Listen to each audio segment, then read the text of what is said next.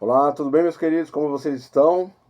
Espero que todos estejam bem, com saúde, com paz, harmonia em família. Venho aqui hoje trazer um pouco do conhecimento aí sobre namoro, um pouco da diferenciação com a união estável e gostaria de falar um pouquinho para vocês terem aí clareza sobre o assunto, para que vocês não sejam pegos, sejam surpreendidos no futuro com alguma situação que venha a trazer prejuízo tanto psicológico quanto material para vocês. O namoro, né? O namoro é uma coisa simples, onde duas pessoas se conhecem, seja elas de sexos opostos ou do mesmo sexo, e começam ali a interagir, começam a se conhecerem, vão namorando, vão conhecendo a família do outro, a casa do outro, vão se conhecendo melhor, vão saindo, vão cada dia mais tornando-se mais próximos e íntimos, né? Dessa forma. E com isso, o namoro ele traz alegria, traz também muitas vezes preocupações, situações que nós não gostamos muito, relacionadas a ciúme, relacionadas a tantas outras situações diferentes daquilo que nós almejamos. Mas a princípio, em suma, os namorados eles tendem a ser uníssonos, né? Ali nos seus intuitos, buscam os mesmos objetivos, os mesmos propósitos, andam na mesma sintonia para um fim comum, né? Ou seja, um alegrar o outro, um ser companheiro do outro. Mas muitas vezes pessoas querem apenas namorar e outros querem formar família, querem casar, querem ter uma união estável. E isso não tem como nós prevermos, a não ser com a decorrência do tempo, que você vai conhecendo um ao outro e você vai verificando se é aquilo mesmo que você quer com aquela pessoa, se ela está dentro do seu propósito, da sua sintonia, do seu querer. E os laços eles vão se fortalecendo. E com isso, você pode ter um namoro ali sério, mais sério, né, mais aprofundado, onde um passa a dormir na casa do outro, um final de semana, às vezes ficam alguns dias sem se ver, cada um dorme na sua casa, e aí o relacionamento vai se fortalecendo, vai amadurecendo, e muitas vezes esse namoro ele pode vir a se tornar uma união estável. O namoro por si só não comunica nenhum patrimônio, não comunica porque é um mero namoro, né? Quando você namora, você não tem o intuito de constituir família, você não tem o intuito ali, a princípio, né? No começo, né? Uns já têm até esse intuito, né? Já deixam claro para o outro, outros não, outros vão namorando e vendo no que vai dar, né? E como a opcionalidade é muito grande hoje de pares, muita gente aí querendo namorar, muita gente solteira, muita gente que não quer compromisso com nada, que quer só viver uma aventura, e assim vai. E você não tem bola de cristal para saber quem está ali do seu lado, se realmente é um par para o futuro, para um casamento, para um fortalecimento, para um fim de tornar uma família, ou se é apenas mais um namoro. Você não tem como prever isso, né?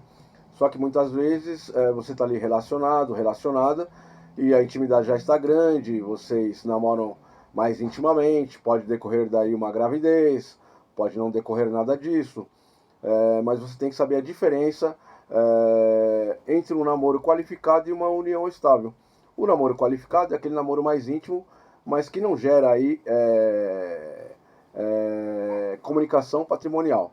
Já uma união estável, ela vem a gerar uma comunicação patrimonial. E você pode se precaver de um futuro eventual prejuízo que você possa vir a ter, já na fase de namoro.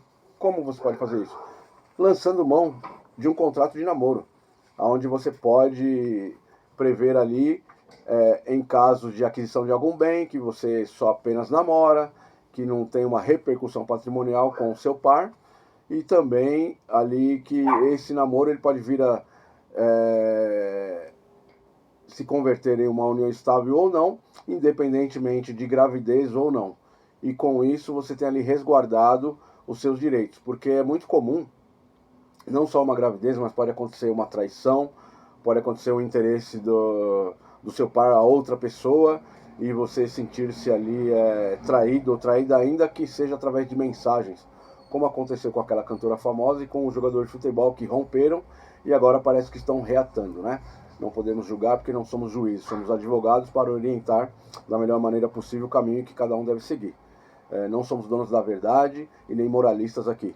Queremos só fazer o melhor para que você esteja resguardado de toda e qualquer situação.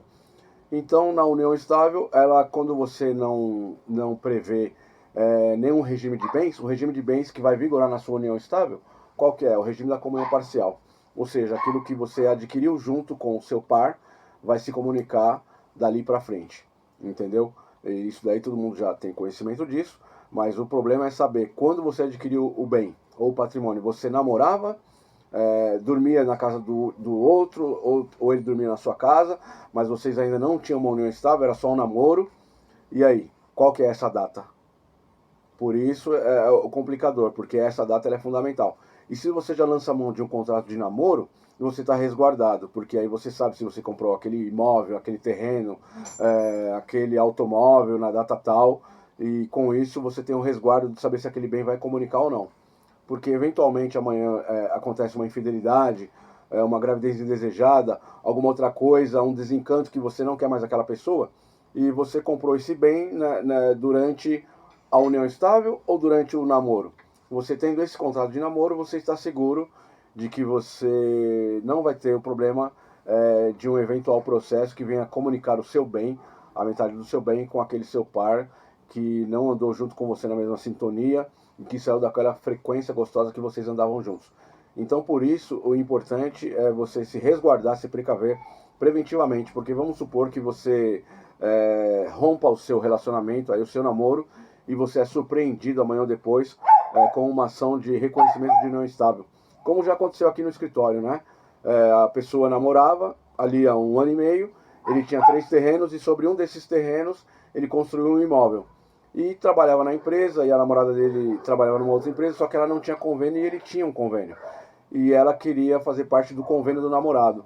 Ele chegou até o RH da empresa, a empresa falou assim, não, aqui nós só temos como dependente filhos, ou esposa, ou companheiro ou companheira em união estável. Ele foi embora, no meio do caminho ele pegou, voltou, pensando na namorada, ali de boa fé, de bom grado, gostava muito dela, fez uma declaração de próprio punho, anexou ali no RH da empresa, dizendo que ela era a companheira dele. E informou isso a ela, né?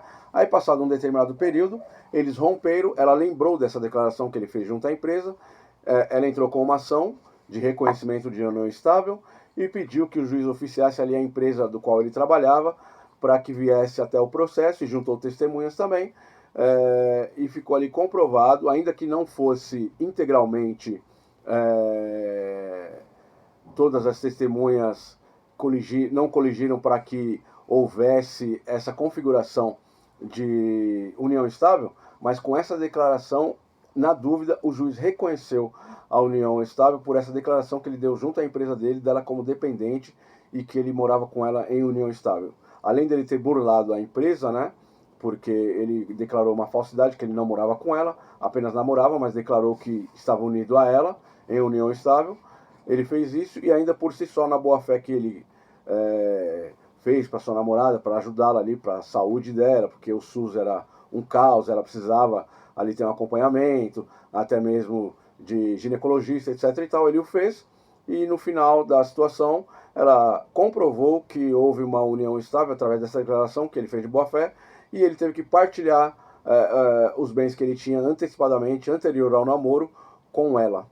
O que poderia ter sido evitado se ele lançasse mão aí de consultar um advogado que preventivamente inibisse, fizesse um contrato de namoro e inibisse dele incorrer nessa situação onde houve uma perda patrimonial grandiosa e ali os bens dele ficaram ali entre 5 anos a 7 anos amarrados junto a um juiz sem que ele pudesse dispor desse valor para fazer uma negociação ou trocar ou vender o bem, porque estava sub júdice e enquanto o juiz não decidisse, enquanto o tribunal não desse o fim da causa, ele ficasse ali preso com o seu patrimônio junto a essa situação que poderia ter sido evitado, tão logo ele procurasse um profissional ou uma profissional para o orientar da melhor forma que pudesse vir a resguardar os seus direitos e evitar um grande dissabor com um processo moroso, custoso e que trouxe um grande abalo psicológico e patrimonial à sua pessoa.